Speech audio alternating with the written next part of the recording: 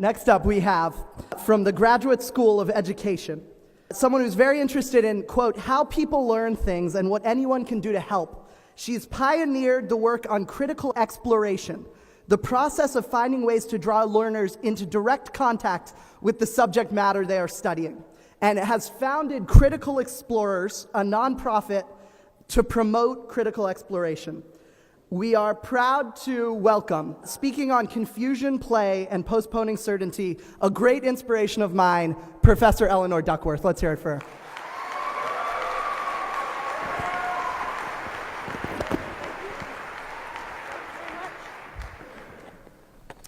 As a teacher and as a member of the human community, I make certain assumptions. I assume that we want students to come to feel the power of their minds and of their creative capacities.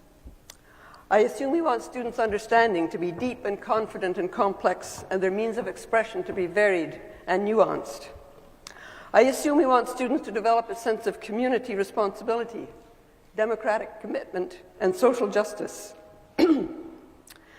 So I am very disturbed by the current policies labeled school reform. More and more time taking tests, less and less time learning. More and more simple right answers, less and less complexity. More and more intellectual orthodoxy, less and less diversity. As an aside here, let me say how deeply I admire those school teachers who, maintaining larger visions, stay in the classrooms, knowing how important it is to the students for them to be there, doing everything they can to get around the edges, while also doing what's required of them, decreed more for political purposes than for educational ones. Also in passing, let me point out how few have noticed the contradiction between the names of the federal programs, No Child Left Behind and Race to the Top. Racing with leaving no one behind. Needless to say, students are being deprived of their right to a good education.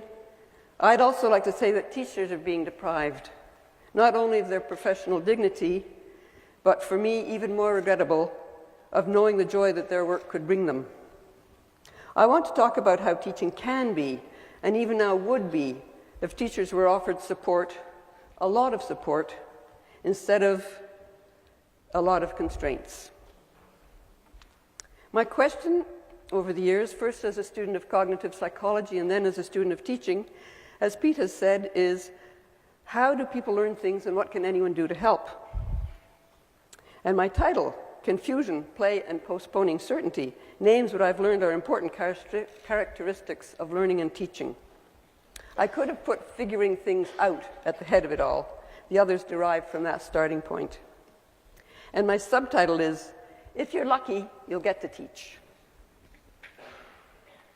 So I consider teaching to be helping people learn, not standing and telling people what you know. The key, as I've seen, is to aim for putting learners directly in touch with the subject matter, not with words about the subject matter. It's not a matter of mediating between the subject matter and the learners. It's not a matter of telling them how to think about it, but keeping learners directly in touch with the subject matter itself, and the subject matter becomes the authority. Let me give an example.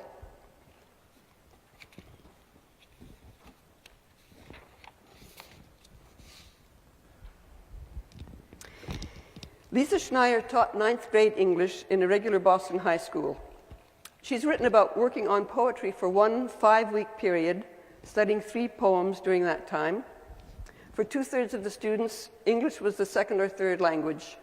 She chose to do the work with students from the lowest of 4 tracks, confident that their work would help her counter the idea that the level that a student is assigned has any correlation with innate ability. Here's the poem they started with in that period. After the students read it to themselves, these were their first responses. I don't get this. It don't rhyme. It don't make sense. It's silly. It doesn't make sense. It's stupid. It's exaggerating too much. I mean, it can exaggerate, but it's got to make sense.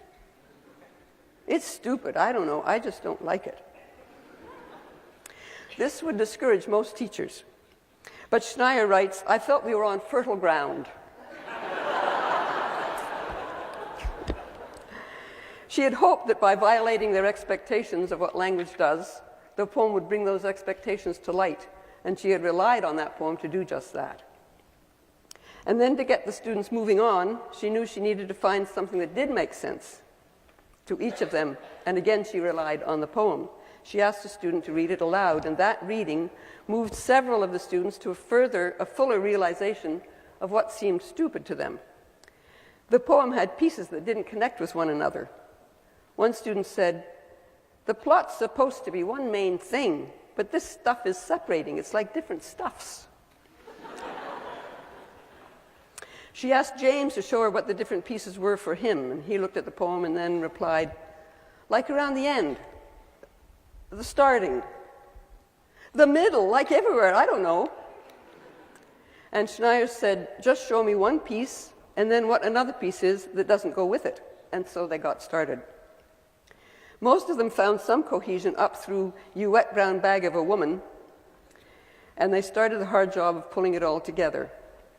There are wonderful moments throughout the many sessions they spent on this poem. Among other things, I love to see their persistence even when the going is tough. Here's one conversation. I think everybody's standing up for her because she's beautiful. No, she's garbage. Oh, maybe she's poor and they're standing up for her. This is too confusing. Yeah, too confusing. We should talk about this 1 week before the end. They meant in the 4th week of the study instead of at the beginning.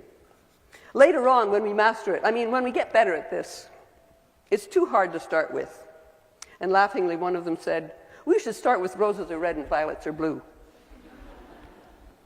At another moment, they're puzzling over waiting for her mind, and one of them suggests that they call this Lucille Clifton, the poet, for an explanation.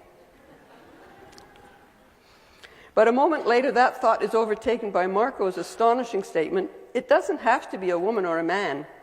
It could be the destruction of our forests or something torn down, or a farm or something. The other students turned to stare at him. This thought took center stage and stayed there for a long time, compelling the students back into the poem's text to find support for their points of view. Yeah, but she didn't say farm or anything. She says potato peels. No, because right here, Marco says it doesn't have to be a woman. And Juana says, yeah, Marco says it could be forest or something.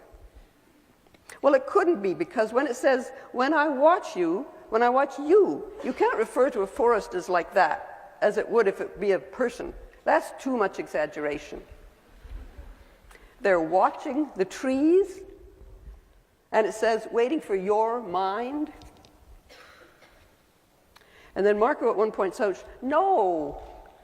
Schneier asks him, go ahead, no what? He says, it still doesn't have to be a woman, man.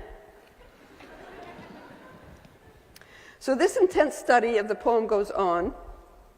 At one point, Nildo gives Marco a little support. Nildo says, it's like Marco says, it could be some type of vegetable that they're talking about. I'm serious because you could be exaggerating in a poem. Marco responded, yeah, it could be anything. Schneier writes, it took this last statement with its emphatic could to make me realize the enormity of the question that Marco was raising. He's not saying that the you in the poem does mean anything. He's saying it could. She goes on, I interpreted his question as follows.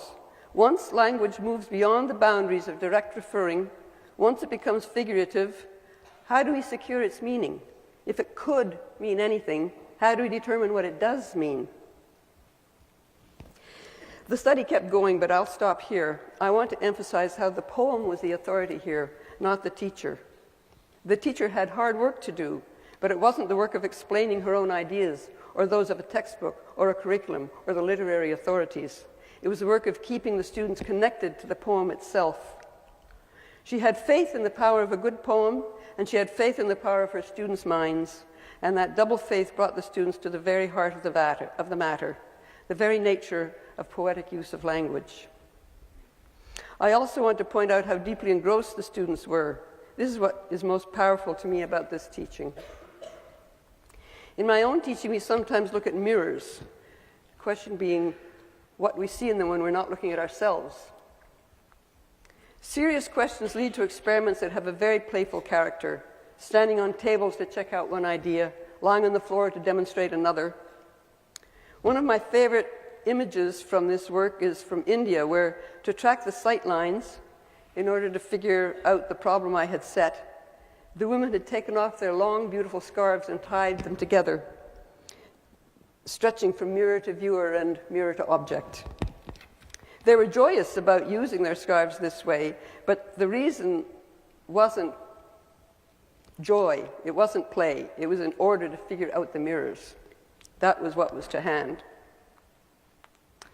This mirror work also can go very deep. Pursuing their experimental questions with care as well as playfulness, another group wondered, if light is waves, what's the medium that they're in? If it's particles, why don't they bounce off each other and mess up all the images? Studying the habits of the moon, students voluntarily set their alarm clocks for 3 in the morning to check out a prediction about where it will be and what it will look like. Children come to class to help me show my adult students how much kids can figure out by themselves. And the children work for an hour on one problem, volume say, with 50 people watching, because they want to resolve the contradictions that they get themselves into. Can you imagine a greater way to spend your working life?